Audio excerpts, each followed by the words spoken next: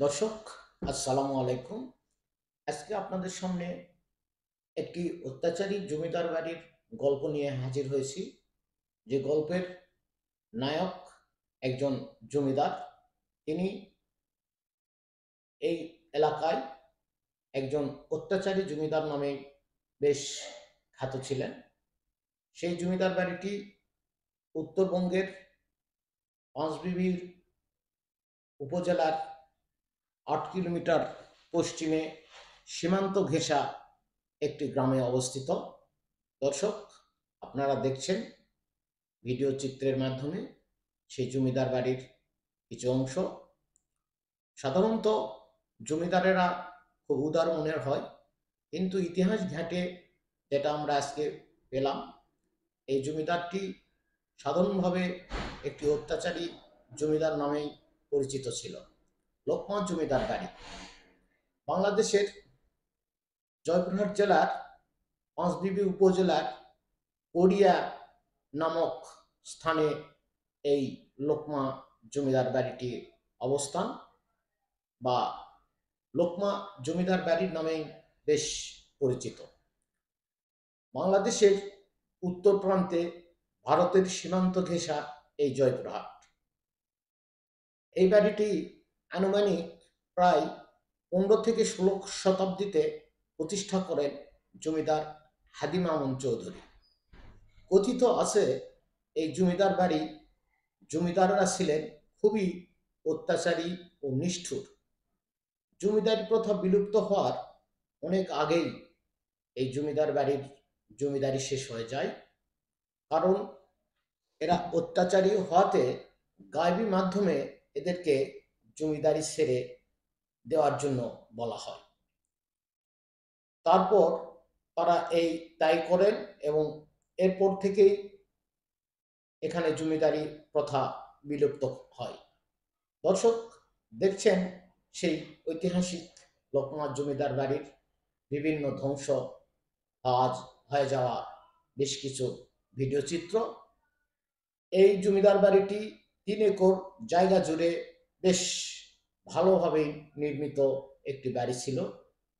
বাড়িটির প্রাসাদ মূলত 3 তলা বিশিষ্ট, তবে বর্তমান 2 তলা রয়েছে। একতলা বা নিচের তলা মাটির নিচে চাপা পড়েছে।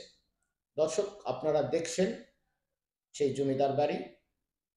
পুরো প্রাসাদটিতে মোট 25 থেকে 30টি কক্ষ রয়েছে। এছাড়া রয়েছে হাতিশালা, ঘোড়াশালা, কাছারি ঘর সহ ইত্যাদি। জমিদার বাড়ির সব কিছুই এখন প্রায় ধ্বংস হয়ে গেছে। বর্তমানে এই জমিদারির আওতাভুক্ত অধিকাংশ এলাকা এখন ভারতের ভূখণ্ডে চলে গেছে। এগুলো হলো জামালপুর, মথুরাপুর, গয়েশপুর, চিঙ্গিসপুর, সতনুল, সানাপাড়া ও মজাদপুর। বাংলাদেশে শুধু পাঁচবিবি উপজেলার এলাকাতেই কিছু অংশ রয়েছে সেই জমিদারের। দর্শক, আপনারা দেখছেন জঙ্গলে ভরা, গাছ গাছালিতে ভরা সেই জমিদার বাড়ির অংশ ধ্বংস হওয়া, সেই প্রাচীর ধ্বংস হওয়া সেই জমিদারের ঘর আজকে শুধুই স্মৃতির ইতিহাসের মধ্যেই রয়ে গেছেন।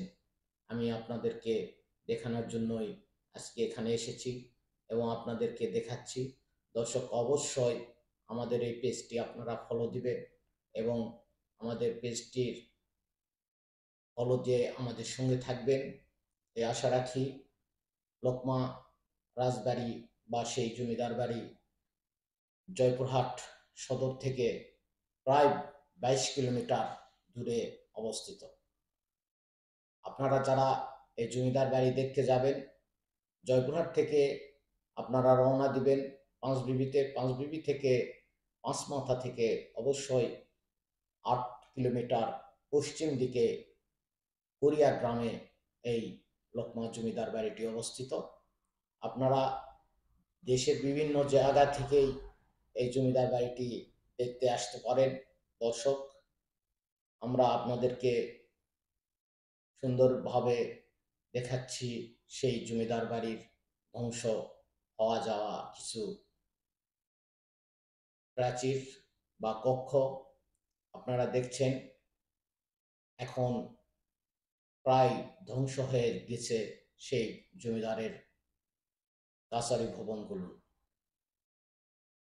স্থানীয় প্রশাসন বা স্থানীয় এলাকাবাসী সূত্রে কিছু তথ্য জানা যায়, বর্তমানে এই জমিদার বাড়িতে প্রায় 15 বিঘা জমি আছে।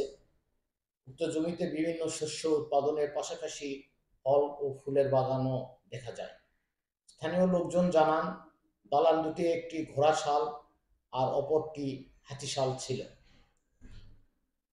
একটু সামনে মাটির একটি ঢিপি রয়েছে যেখানে ইউ আকৃতির বহু পুরনো দ্বিতল ভবনের রয়েছে।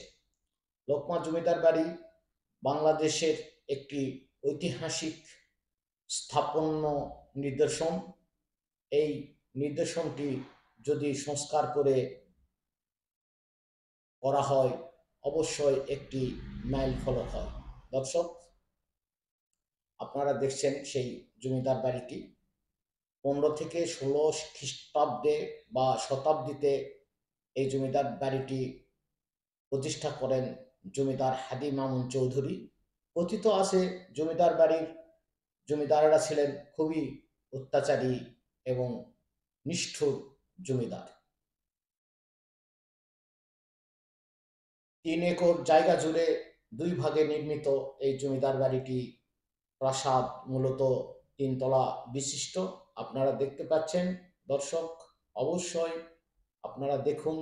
আমি আপনাদেরকে দেখানোর জন্যই অনেক দূর থেকে এই জমিদার বাড়িটি দেখতে এসেছি এবং আপনাদেরকে দেখানোর উদ্দেশ্যেই এসেছি।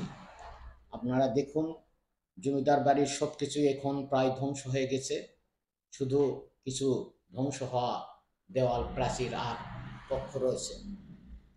লতা পাতায় জরাজীর্ণ হয়ে এখনো কালের সাক্ষী হয়ে দাঁড়িয়ে আছে। বর্তমানে এই জমিদারির আওতাভুক্ত অধিকাংশ এলাকা এখন ভারতের ভূখণ্ডে চলে গেছে।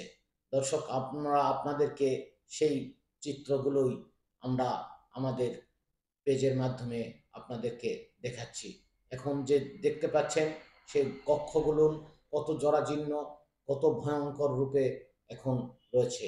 যে কোনো সময় এই কক্ষগুলো ভেঙে পড়তে পারে। আমরাও অনেক ভীতভাবেই ভিডিও চিত্র ধারণ করছি। আপনারা দেখছেন সেই ঐতিহাসিক জমিদার বাড়ি, লোকমা জমিদার বাড়ি। আশেপাশে একতলা বিশিষ্ট কয়েকটি কক্ষ রয়েছে। ভিতরে সুড়ঙ্গের মতো সিঁড়ি। একসময় যে দুটি দৃষ্টিনন্দন প্রাসাদ ছিল তা এখন বোঝা যায়। এই সিঁড়ির ভিতর দিয়েই আমরা যখন যাচ্ছিলাম তখন বুঝতেই পারছি আসলে একসময় অনেক ভালো একটি বাড়ি ছিল।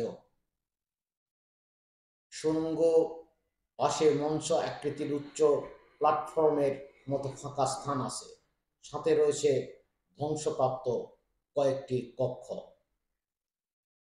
আসলে দর্শক, জমিদার বাড়িটি আপনাদেরকে দেখানোর উদ্দেশ্যেই আমরা দেখালাম। এই জমিদার বাড়িটি আবারও বলছি প্রতিষ্ঠা করেন জমিদার হাদি মামুন চৌধুরী। তিনি এই এলাকার জমিদারি ছিলেন, জমিদার হিসাবে প্রতিষ্ঠিত ছিলেন, কিন্তু অতিমাত্রায় অত্যাচারী আর নিষ্ঠুর হওয়ার কারণে তিনি এই জমিদারি প্রথা বিলুপ্ত করা হয়।